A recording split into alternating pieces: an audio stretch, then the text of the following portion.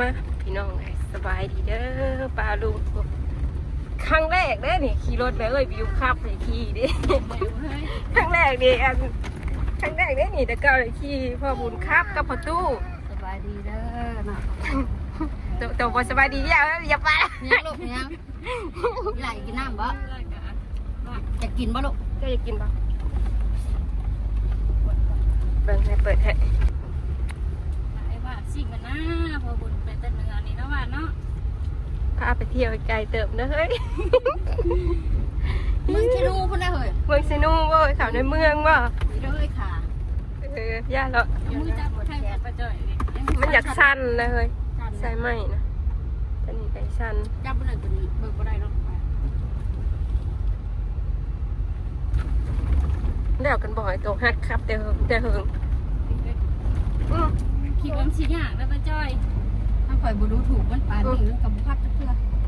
หายโรติเชียวกะ หายสารพัด ได้ขี้ย้อนเฉยติ มันจะอีหยังอีไหนดีหนักแต่สั่นกับมันก็บ่คานขึ้นได้มื้อนั้นมันใจจำมันอันหยังวะพามันคานขึ้นได้ ว่าถ้าเกิดที่เกิดใส่ว่า ตามคานขึ้นได้มื้อนั้นน่ะ เพราะคิดว่าจะมันเวทเขาหัวเขาแก่ไปเลยประจ่อย ย้อน นี่มันยังแบบพอเจ้าแล้วมันยังไงกว่าจักอีก ทักบ่ เดี๋ยวไป ลูก เว่เขาหัวมันก็เข้านะ เพราะยังมันแดดเป็นอะไรดิ แต่กันยังโบกล้าครับยังบริกล้าจับจักเชื่อลุงบุญแล้วก็สีหัดให้อยู่แต่ว่าใจเขาอย่างนั้นผมกะ ก็ต้องสบายสิลอกให้พ่อต้องดูสอนให้เกี่ยวพูดป่ะอันนั้นเกี่ยวกับปุ๊บ โอ้ตัวเป็นอันนี้มันก็สีง่ายอยู่แล้วเนาะเนาะตัวเป็นเนี่ยเด้ อันนี้ง่าย ตัวเป็นเนี่ยเด้ พี่รู้ก็ชิแบบเรียกว่าไปทางอื่นนะประจอยผมกินเท่านั้น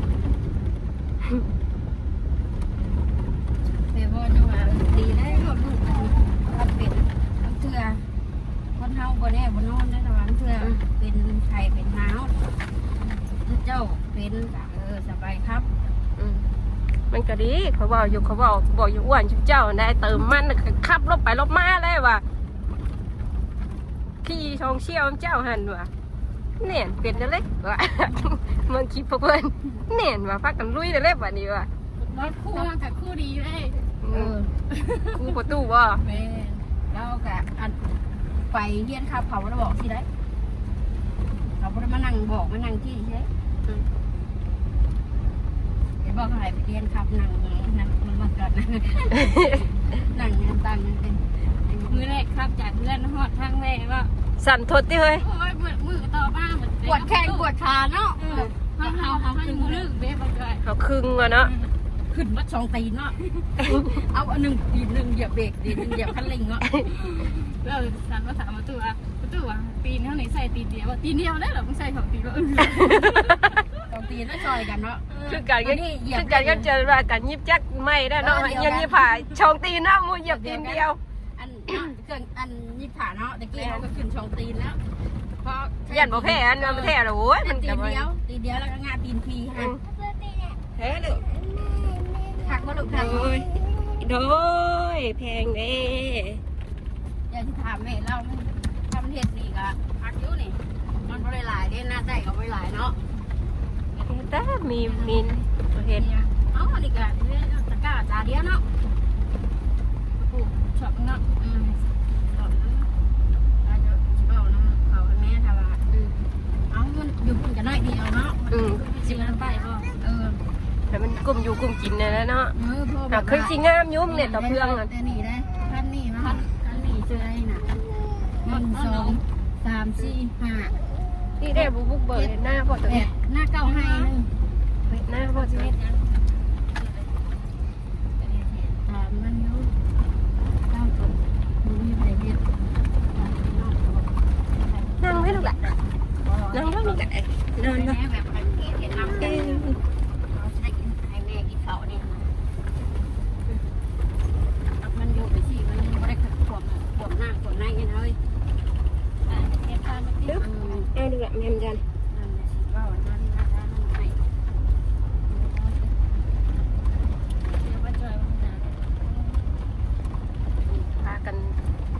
มื้อนี้ประจอยประ ตลาดแรงน้ำพี่น้อง นอนนั่งเล่น ไปซื้ออันกับข้าวก่อน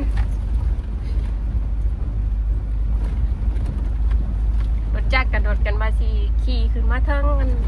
จักมือขี่ขึ้นขี่ร่องมาโดดเข้าไปจ่อยแบบนี้ บกกี้เราบกกี้ เข้าไปจ่อยแล้ว บกกี้จะเกลือ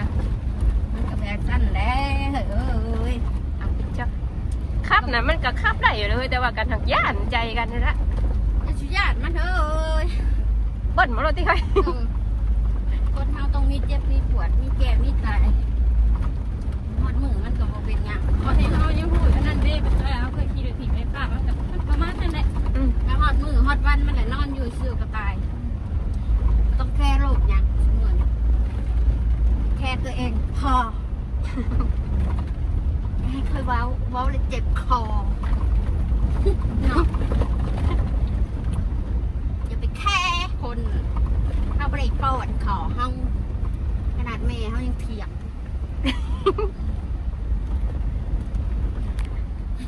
ไม่ได้เถียงแล้วก่อนไม่ได้เถียงหลายปีแล้วใช่หรอ เถียงได้จับบริจูได้ยิน วันนั้นได้คุยโจกวันนั้นแหละ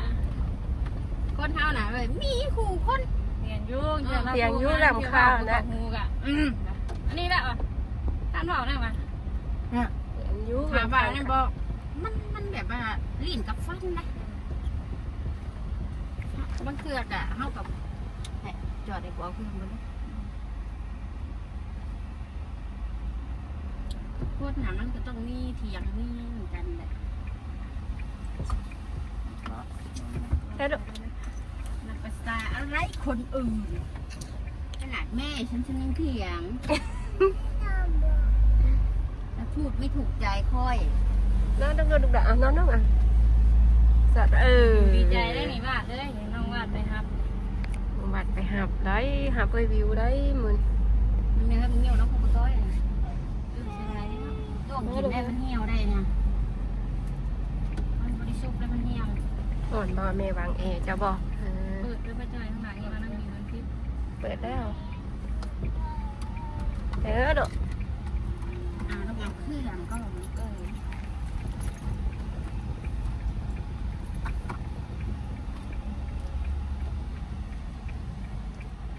หาเงินซื้อรถกินเนาะเฮ้ยบัตรนี่ โฮมกันไม่เคยหา3 คน เก็บกันมาเลย กันยืมก้อนก็ได้กับที่พ่อ กันเอามาใส่ได้ ให้เกิดถ้ากันขายทองคนละ เอาไปสร้างขายเฮ้ยงามเว้ยเนาะขี่มันสิได้อยู่เก็บเงินซื้อน้ำมันยัง มีบุญวาสนาอยู่ว่าน้องแบบกินกลางก็ว่าเนาะประจอยเมื่อคืนเนี่ยฝันว่ามีคนเอาเงินไม่เอาเงินมีคนฝากเงินไว้ให้เฮานั่นมาให้คนอื่นนั่น1,000,000แต่ว่ายัง1,000,000บ่ได้สิเด็กกันหรอ 1,000,000ก็มีแต่1001แล้วกลับไปกลับมาแล้ว ขี่เข็บเนาะ เก็บแล้วก็0110เด็กประแกงกับเด็กหน้าบ่ อันข่อยผ่านเงินไม่แน่เดี๋ยวขอชิมาเอาด้วย1,000,000เท่าไหร่กำลังสิฝันต่อว่าสิหายภายเด้อ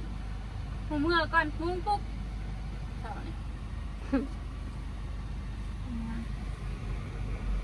มีบุญวาสนาเด้เนาะว่า ในครับนี่ก็ดีแล้วเว้ยไปขี่อยู่นี่ก็ได้เนาะ นี่ก็เก่าแล้วพี่น้องก็แต่คืนกันเนาะหลายปีได้แล้วกันถือว่าหลายปีเถ่าแต่ไปนะ พอได้รับลูกรับเต้าอะไรเว้ย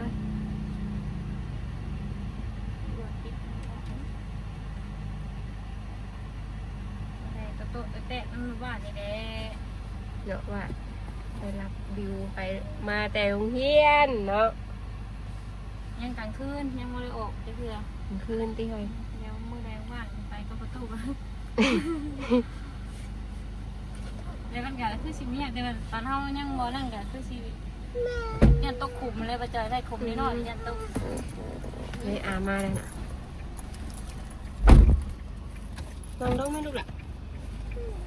อยากเบิ่งบ่ลูก จะอยากเมืองข้างหน้าบ่ หน้าตาจะห่าวน างน้องลูกหล่ะนางน้องนี่แล้ว ยัง นางน้องนี่แล้วลูกหล่ะพอไปเลย ฉันว่าไปหาวิวอยู่โรงเรียนนั่นจ้าเอ๋เลยนี่ บ้านหน้าหลังในดอกคูณอ่ะ ใกล้จะฮอดสงกรานต์ได้บ่เด้อ มาละมาบ่อยากมาละมาบ่ อยากตะปูสองหูแล้วยัง1,600,000 1,700,000นี่ธรรมดานี่ โอ้แนวมันแล้ว ตะปูนี่ เนาะ ถ้าโดนจักกันประมาณ4-50เนาะ แต่ตีนรถจ้ายังเป็นพันปลายพุ่นเอ้ยของกันนะ จอดหน้า50เปลี่ยนใส่ ว้าหน่วยหมองมู่ลายดีนี่ อันนี้เดิมๆมาประจอย ว่ากันบ่ได้ออกมาข้างนอกบ่อยปานใดช่วงนี้บ่ค่อยออกมาบ่อย โตยังบ่ได้มาตลาดไหม กันยังบ่ได้มา จะโตสิหาของโตอยากได้ว่ามันไปอยู่แจได้กันหาแปลกมัน อืม ไม่เรานั่งหันหลังใช่ไหมเราคิดรู้จักบ่ให้เราไป ซุ่มโตกับสิลงบ่เฮยตลาดแรงเด้อ ขับมาขับมา ขามาพุ่นบ่ เอาเก็ตไปมัน ข้าวรถหนึ่งเลยแต่เช้า บอกบ่เซาเนาะ โอ้ทางก็งามนะเฮ้ยเนาะกันบ่ได้มาติ ทางก็งามขึ้นเฮ้ย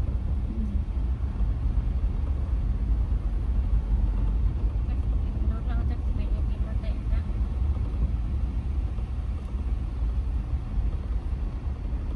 พอนี่มันเช้าในเห็นเขาเนี่ยถ้าคนที่รักขับรถไทยจะทราบ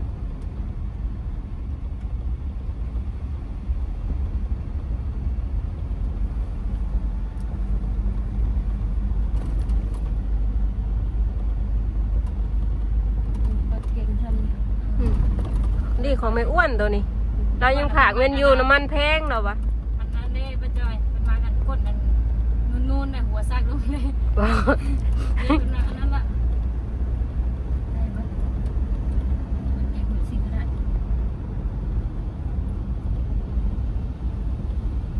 ก็จะมีออกอีกก่อนนะว่า น้ำมันแพงน้ำมันถือก่อนยังออกมาไม่อ้วนเลย อย่าขี้แมมแล้วเนี่ย กินเป็น40บ่พอนะ แม่นมันสิขี้เฮา 41แต่แหละ 41ละ ทั้งเขาพออีบ้านนะ คือกันเบิ่งปันสิ เฮาขี้มันแล้วแม่นเฮาขี้ ที่แล้วเราจะเอารถจักรขึ้นไปนะมันบ่ไหวแล้วอึดแถมยังมันแพงยังบ่มีน้ำมันเติมอีกอ่ะ แล้วเขาเฮ็ดบุญเป็นสิฮะได้เงินที่บ้านเมืองมาได้บ้านเมือง ฝากมือติ สามคืนสองคืนอีกสิ้นเปลืองนอกไปก่อนแล้วกันบอกแม่ไอ้บิวแตกแน่หรอกออกไปยังมันกลับมาอีกบ่ มันยารถใหญ่ตัวนี้จะเอาหัวเป็นไม่เท่าไหร่ทางหน้ากันตัวกอดเนี่ยมันจักออกมาแดงนี่ แม่ปีกแม่ดีกว่า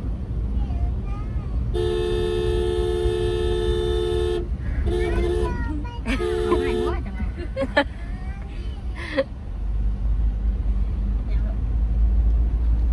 เล่นเอาไว้อัน ตั เรา วบอกตัวบอกแม่ไอ้บิวปีกไปเลยว่าแล้วก็ไม่ย่างเลย ลันแต่ถ้าจะมือลันเท่าไหร่มาทำแบะเล็กแบะได้เสียออกมาแดง เลขยังบ่เจ้าบ่ได้ผ่านยังบ่ นั่นว่าถือว่ามือน่ะ ถืออยู่5,000 เอากดเศษซี่ผูก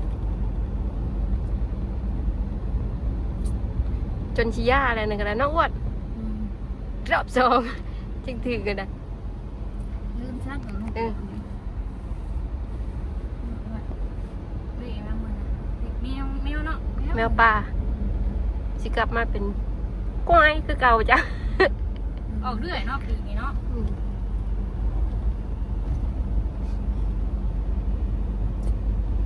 ข่อยอันจังหวัดกล้วยจังเนาะที่เรามันบอกกล้วยเราจ่อยเจ้าเถียวนี่แจ้งเราจะออกกล้วยเนาะ บอกก็ได้ มันออกแล้วมันก็ออกอีกเด็กไง มันมาได้ดุนะ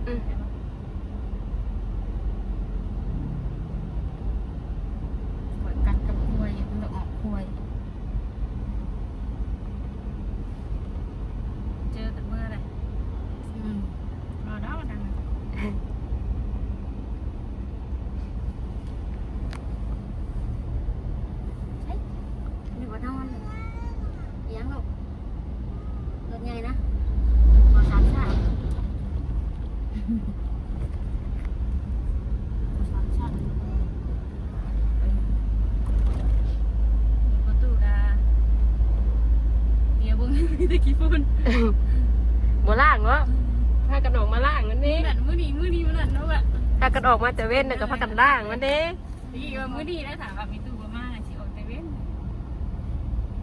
ข้างบนอักษรระวังตุ้มผ้าเอาไปตุ้มผ้า ต้นแดงรถร้ายนะเฮ้ยต้นแดง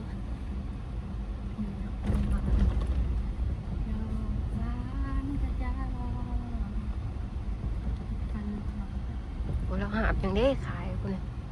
อ่อนน้ำเนื้อ ไปนะคุณพี่แม่มีตลาดมัน โอ้ขายอยู่นอกพี่น้องเฮ้ยเนาะ เอาลือว่า แต่ จะ ถ้า ทำ สิมาเป็นหยังคิวรถบ่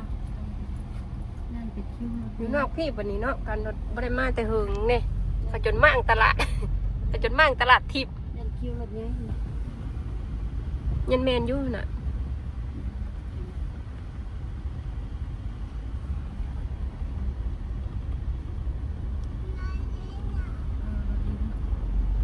ในช่วงสงกรานต์แล้ว เพลงว่าชื่อยาไม่ใช่แต่ยี่ห้ออันเดียวกัน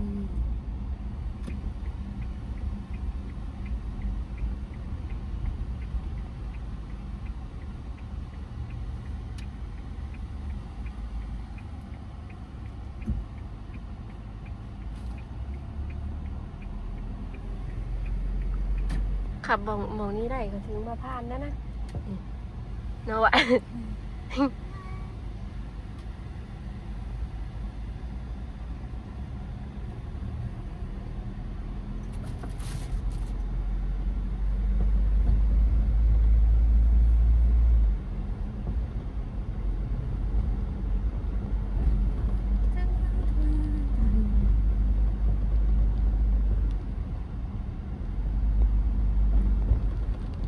กับแถวนี้รถอะไรเนาะ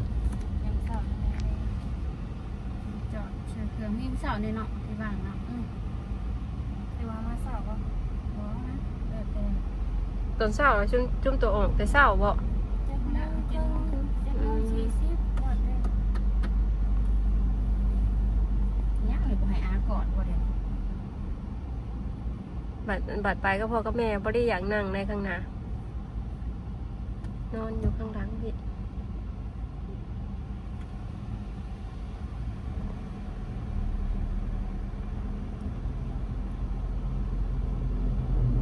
มันจะมาประชันก่อยมา อืม เบิ่งแม่มีขับรถบ่ว่าจอดที่รถดีกว่า เ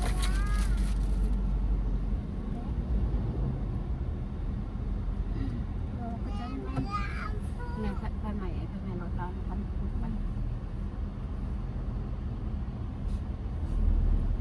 เฮาโดนๆเฮาจับเทื่อนึงเฮาบัดคือญาติมันเนาะเฮาจับซุมื้อมันบัดบ่ญาติ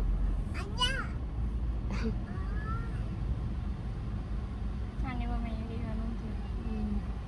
แต่ว่าห้านี่ได้แพงกว่าค่ะ ก็ว่าอยู่ท่าน เป็นซื้อได้กี่3,900,000หันนั่น3,700,000บ่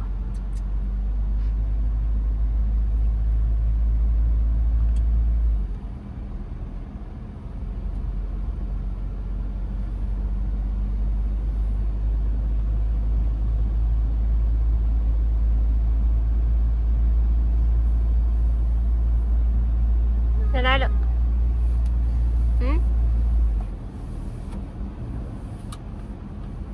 มืดมือบ่นอนเบน น่ะเราเองบ่นอนบ่ดอก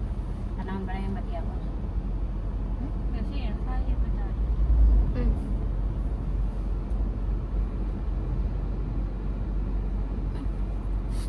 แพงเด้อีหลามาบ่เรียนเพิ่น ยามเดือนเก้าว่าเพิ่นเปิดเทอม ระวังด้วยลูกตีนนะ เจ้าแล้วลูกเลยมาเรียนเอาไอ้ปีได้ อยู่ดีกับสีขาวเดือน9อ่ะ คนละขี้ง้อทางอยู่ ตะจุงตวงมาดูมาดิว่าเด้อลงถุงเด้อเด้อว่าลงเรียนนี่เด้อลูกเด้อ ถ้าเบิ่งโรงเรียนเด้อนี่นั่งนี่ลูกนั่งนี่ มาทำไมเธอเนาะ ยังบ่ได้มาเทื่อครั้งแรกได้นี่ ว่าคนยังนั้นอันข้อขาดนะ นี่เด้อแล้วว่ามาโรงเรียนนี่เด้อลูกเด้อมาโรงเรียนนี่จอยมาส่งเด้อมากะมาหับกับเรียนนี่ก็ได้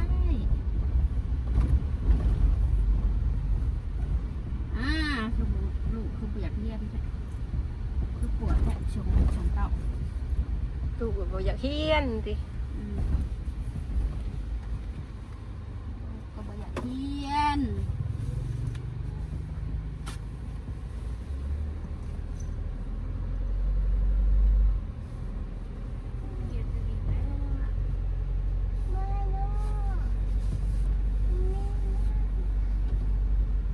รถมันเช้านี่อย่างที่เมื่อวานอันพันนั่นนะ มันมีเครื่องอันคือสเปรย์อันนั้นนี่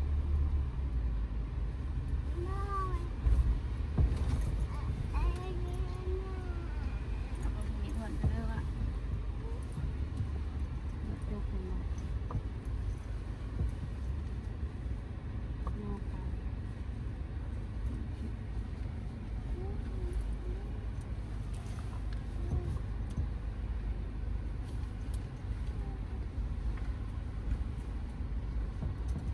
นี่ว่าจะสิมาเรียนบ่ลูกอยู่นี่ มาบรโรงเรียน มาบ่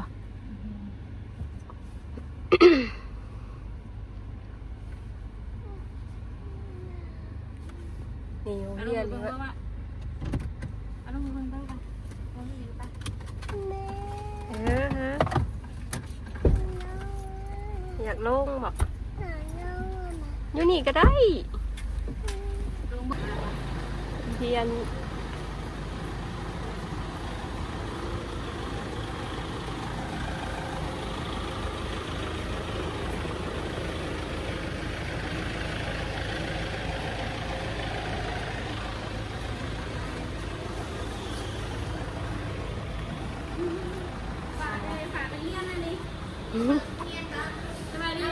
สบายดีกันสบายดีกัน ไปดีกันลูก สบายดีกันจะสิมาบ่เด้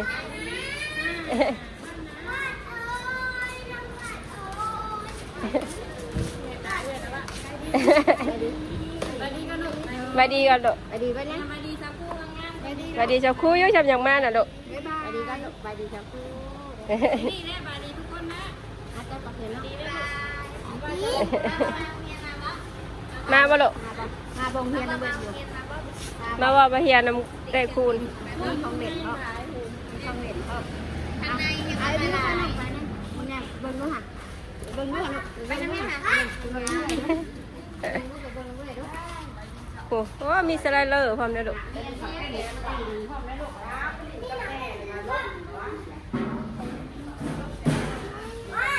ไปเลยผู้ขึ้นน้ำเบื่อบิวผู้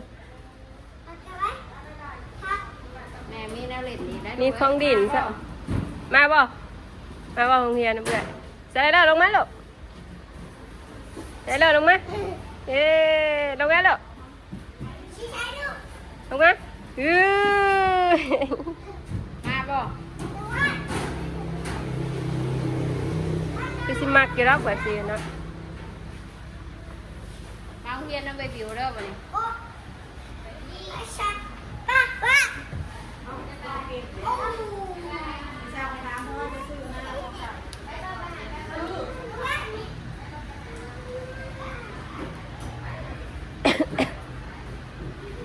พูดได้ลูกขึ้นทางหัวขันไดพูดได้ลูกโอ้ขึ้นทางหัวขันไดพูด ขึ้นบันไดลูกขึ้นบันไดนี่ ขึ้นบันไดลูก เข้าบันไดมัน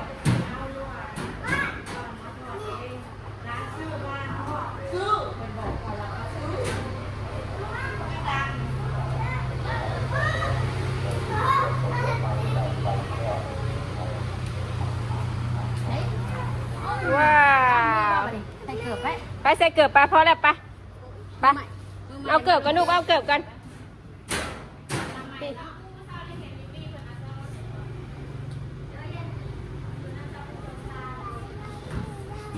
เอาไม่เกิบไปลูก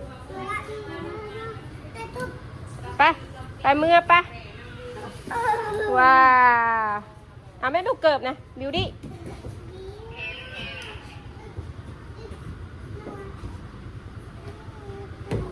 บอลูกบอออกมาแม่เอ้ยแลนชัดนะไปไปเดี๋ยวสิมาบอหงเหียนน้ำเอ้ยนะ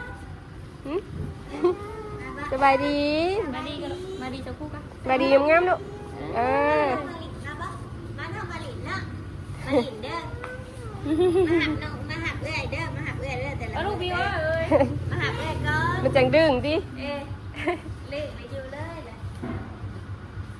มันเจียมากไปอยากเมื่อไรอยู่ขนาดบ้าเลยอันนี้มันวางไม่วางมันอยู่ในนั้นหอมค่ะโบแม่ลูก ไปลูกไป ถามสักคู่ดูปหนึ่งว่าสักคู่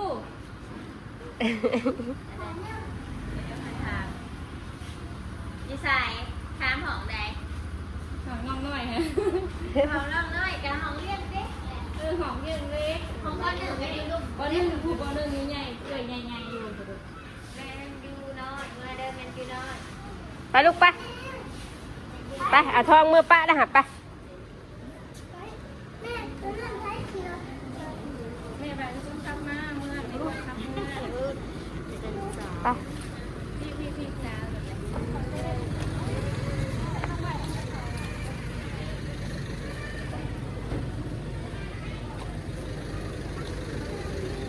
ไปขึ้นเนาะด่าอีด่าสีมาบ่บันเอาขึ้นลูกหลักขึ้นอีด่าสีมาบ่บันนี่ลูกมาบ่ห้องเฮียนบันจังหน่อยเอ้ยมาจังหน่อยเอ้ยมา จ่ายสิมาบ่ลูกเอาเงินผู้ไอ้บิวรับไอ้บิว บาดสิมาบ่ห้องเฮียนนี่แหละลูกมาบ่มาบ่ตอนแรงซ้ำนี่เดี๋ยวแม่มารับบาดสิมาบ่ลูกสิมาบ่ลูก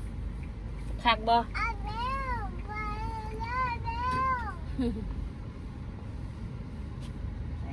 วไปแล้วนะ เอ้ยอยู่หันข้ามานั่งพี่ลูกนั่งพี่นั่งเจียไว้นั่งค่ะเอ้ย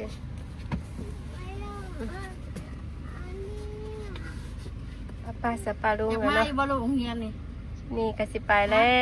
วลายเลย มาบ่ คักบ่ มาแหละ